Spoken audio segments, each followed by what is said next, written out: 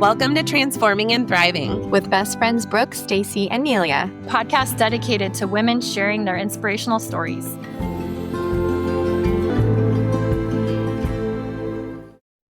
Hey there, everyone. We're so excited to be here for another episode of Transforming and Thriving. I'm Neelia.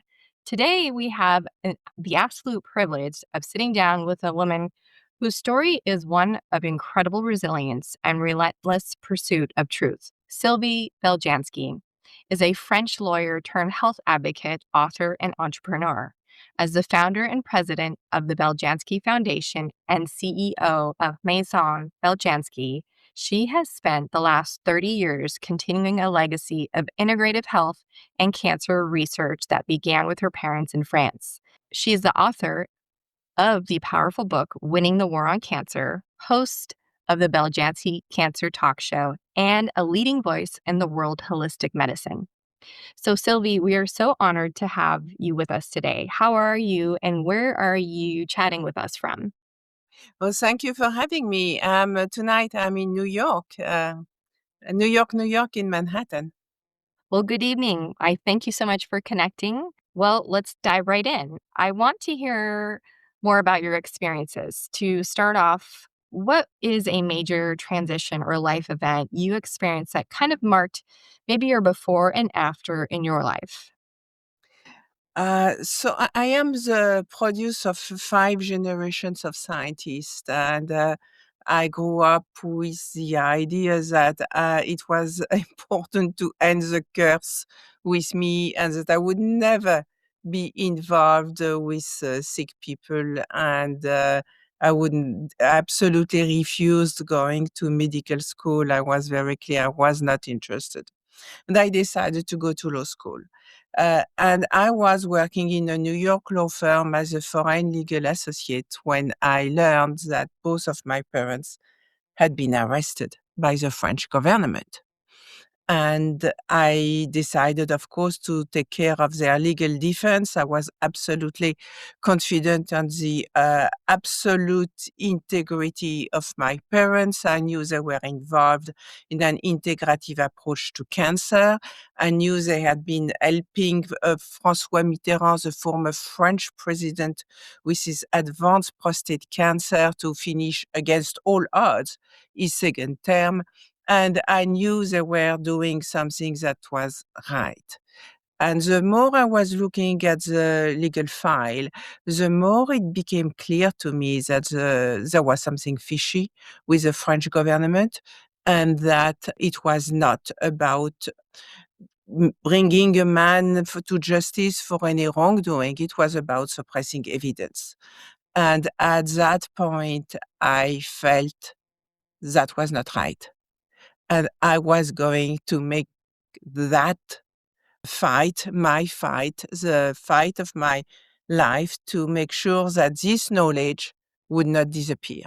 This knowledge, I would do my best first to understand what it was about, and I would make sure that I would carry this legacy and share it with other people, because they could destroy my parents. They could destroy physically the laboratory, but they would not destroy those discoveries. That is pretty amazing. And you are quite the inspiration to go from law to learning of potentially suppressed evidence to spearheading what generations did before you. It's quite staggering to think about that kind of pivot, leaving your career and now also your country to protect that legacy. I'd love to hear more about that moment of transition. So what was it like landing in New York and trying to maybe building a new life as an entrepreneur while navigating the complexities of these quote unquote evidence or discoveries? Uh, at the beginning, it was overwhelming. Again, I was working as a foreign legal associate in a New York law firm. I did not like it. It was not really what I had been hoping for. It was just that, they were giving me clerical work, which did not really engage my brain. And so I was actually yearning for something more significant, and I embraced this legacy without really understanding what it was about, understanding the science, understanding the difficulties I would face. I just made a commitment. Then I took it step by step, day after day. Th- there was a moment where in France, people told me, so many people came out of nowhere to reach out to me and said, will you do something to continue what your father is doing? Because without him, I would not, I would not be there. I would not have been able to walk my daughter down the hill. I would not have been able to see my grandchildren grow. And now that there is no more product, are we going to die? And I was like, no, don't die. I'm going to find a solution. I don't know what it is yet, but I'm going to find a solution. And some people also who were in the manufacturing business came out of nowhere to help me, to support me, to give me line of credits that I had not even ever asked for. And when I was able also to get my mom to come to New York and explain to me the products and how they were made. I just did the filing with the FDA as new dietary ingredients, and then I started to produce the product with all the quality control I could put in place. I knew that the products were working in France, that helped a lot of people with cancer. So I was really eager to check if the American formulations would be just as effective as the ones that had been produced in France. And I came up with the idea of the Beljanski Foundation that would establish partnerships with academic institutions here and would allow me to test the products in vitro and in vivo to make sure that they would be just as effective as the French batches. And indeed, I mean, we were able to work with Columbia University on prostate cancer, and that led to a number of scientific publications showing that the plant extracts that my father had perfected were able to destroy prostate cancer cells at different stages of cancer and working by themselves, working in synergy with chemotherapy.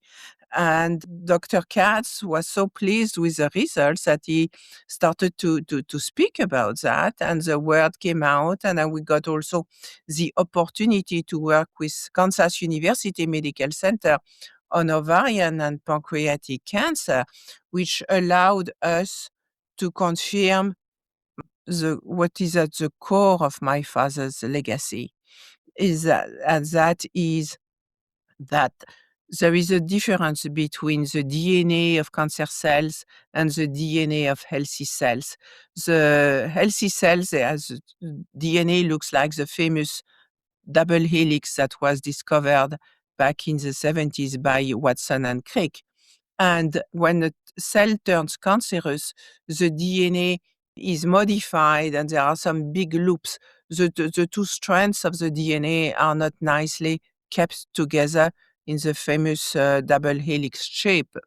And at some point, this difference can be observed and understood by some plant extracts that will recognize the cancer DNA and selectively target the cancer cells. And it is visible on the UV light because those plant extracts happen to be naturally fluorescent. So you can see how they invade cancerous cells and they do not touch healthy cells. It's beautiful because it is a light and it's fluorescent, and you can see those cancerous cells are destroyed.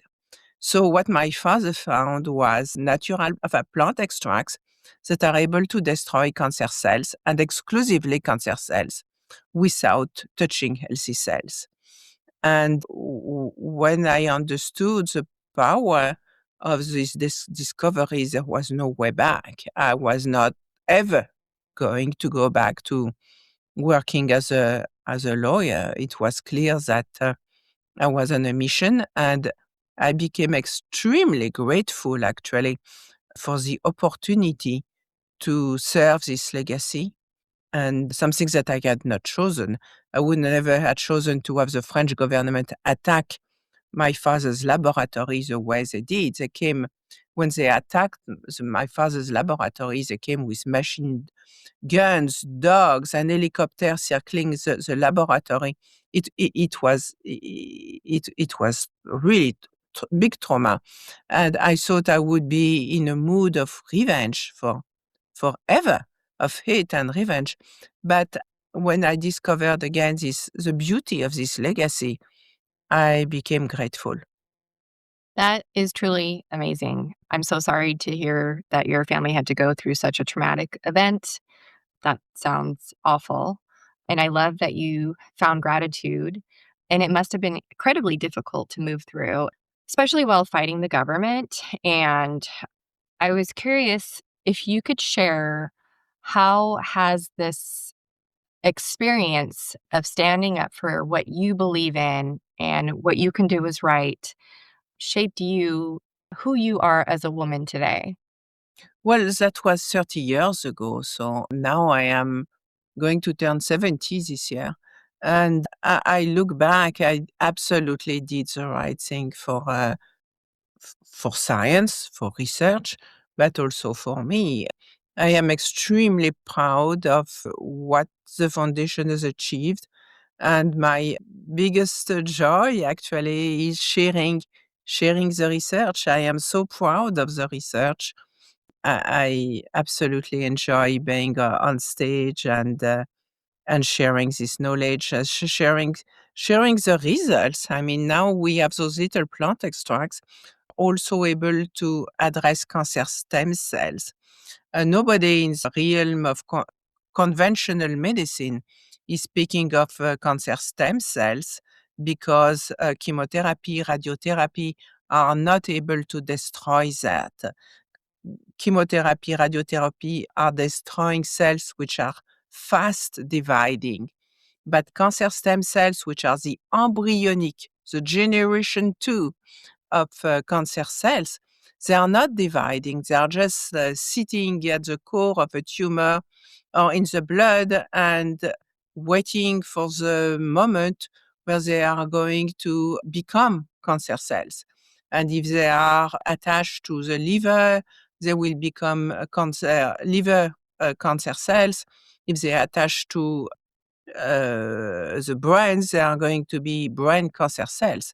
They are just, as long as they are embryonic, they are not dividing. So they are not recognized by and destroyed by chemotherapy and radiotherapy. But those little plant extracts that my father discovered, the paupera and the Revolvia vomitoria, are able to recognize cancer cells. So I believe that everybody concerned with cancer from day one of diagnosis should learn about those plant extracts and do something to protect themselves against the risk of metastasis. We now have done preclinical research at Kansas University Medical Center on ovarian and pancreatic cancer stem cells that has been completed and published. And we could see that the mice absolutely developed zero metastasis when treated with paupera and Revolvia vomitoria. And when we just completed a bigger study on breast cancer stem cells, which is very important because about 1 out of 6 women with cancer will eventually relapse. And maybe what is worse than hearing you have cancer is hearing cancer is back. When you are tired, exhausted, you think you have done everything, done your best, you have lost your hair, you have lost sometimes your job, and then they tell you cancer is back. It's devastating. And if we have the means to to help, I think we have the duty of doing so. That's fantastic. It amazes me how much you have learned about the medical industry and shared and become like this champion of change. Like you said, you love to speak publicly.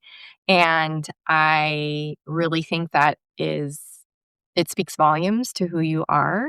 And, there's not everyone chooses to react maybe the same way you would have. So I commend you for that. And I know that I am grateful to hear this. I know that in my personal life and, within my friends or family, we unfortunately have endured this. And the fact that people like you are out there being that warrior of health, to help others we are tremendously grateful. And I kind of want to just share that your journey is really kind of a testament to the idea that personal challenges can become a source of hope for thousands of others. I am personally moved by how you've protected, one, the research. Can you also share with us a little bit more about your foundation and your book, Winning the War on Cancer? Yes, thank you. So I really wanted to put the research at the core of confirming those products were actually doing what my parents were saying they were doing, and what I had witnessed as a little girl growing up, and having all those people coming in our apartments with, they were sick, they were crying, and then they were coming back 2 months later with flowers and chocolates. And as a little brat growing up, I felt, well, I don't want that for my life. But I as an adult, I understood the importance of that.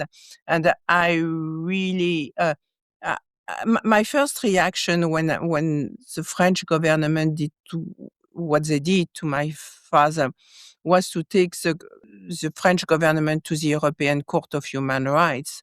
And we won an unanimous case because the French government would not even care to explain what they had done and why they had done it. It was just, it was classified as secret defense. And I was, of course, satisfied with legal win as a lawyer, but I really understood very quickly that the most important was that those products would not be looked upon as quackery, and that the name of my parents would be clear, and that this knowledge would be shared. And that's why I really put the foundation, the research, the partnerships with academic institutions who we fund the research and they publish in peer-reviewed papers. I think that's really at the core of everything we are doing, because first, the results of the research is showing that indeed the extracts are doing what they are supposed to do. They are absolutely destroying cancer cells and not toxic to healthy cells. And it shows also that the quality of those extracts, because if they were not properly prepared, they would not be able to do such a thing. So the book, I took the story of what happened, and I take the reader with me, and chapter by chapter, adventures had happened to me after another. I am sharing the knowledge that I got the first time. And for example, the first time I went to the Amazon rainforest and walked for hours with two guys with machetes in the Amazon, and how what it was like. It was absolutely the most amazing and frightening event of my my life. But everything I learned about those trees, about the extract, about how to make them, I put everything in the book. Oh, I'm so excited to read it. I was curious. So, for someone like you that has done such a massive change or pivot, what would you suggest to somebody else that may be going through who maybe feels unqualified or is stuck. Like you said, you weren't very happy where you were before, but maybe they're afraid because they don't have the right background as you did, or the knowledge, or you took it step by step, but also maybe the right background of having those generations of medical history. What would you say to someone else that was looking to basically follow your path? Like what piece of advice would you share with them? So one day I was giving a conference to French doctors, and at the end, one of them came to me and said, "Oh, I was told that you were a lawyer, but glad to see that you are a real scientist." And I said, "No, it's true. I am a lawyer." And was really, really surprised. And I said, came to me naturally. I said, you can put your brand to anything. You decide to put your brand too. I mean, to learn and to develop and to grow.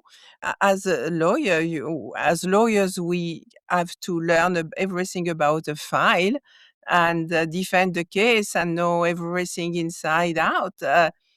As the CEO of a company, you have to know your product. You have to know everything about your product, and it's actually extremely doable. You just have to put your head to it and choose doing it.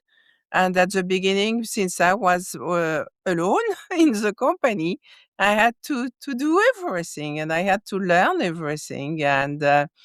And sometimes I had some people who were absolutely not taking me seriously because I did not have the background, because I did not have the experience, because I was looking like a young woman at the time, and they were just dismissive of my my high heels or whatever. But that did not stop me. Always knew where I wanted to go. And when I was told, for example, tell your boss to call me, I was like, I'm the boss. So you speak to me now, or you don't want the business? And that's it. I love that. I'm the boss. That's awesome. I love that. I just wanted to also take a quick moment to thank you for sharing your story with us today, because I believe it's truly magical. It has been really so inspiring to hear about your journey from the law office to world stage of integrative health. You are truly helping so many people find a path to healing.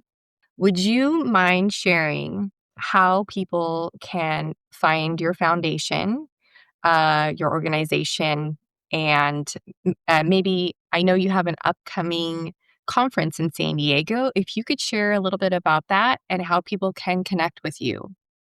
Sure. So the Beljanski Foundation, the website is Beljanski, BLJANSKI.org.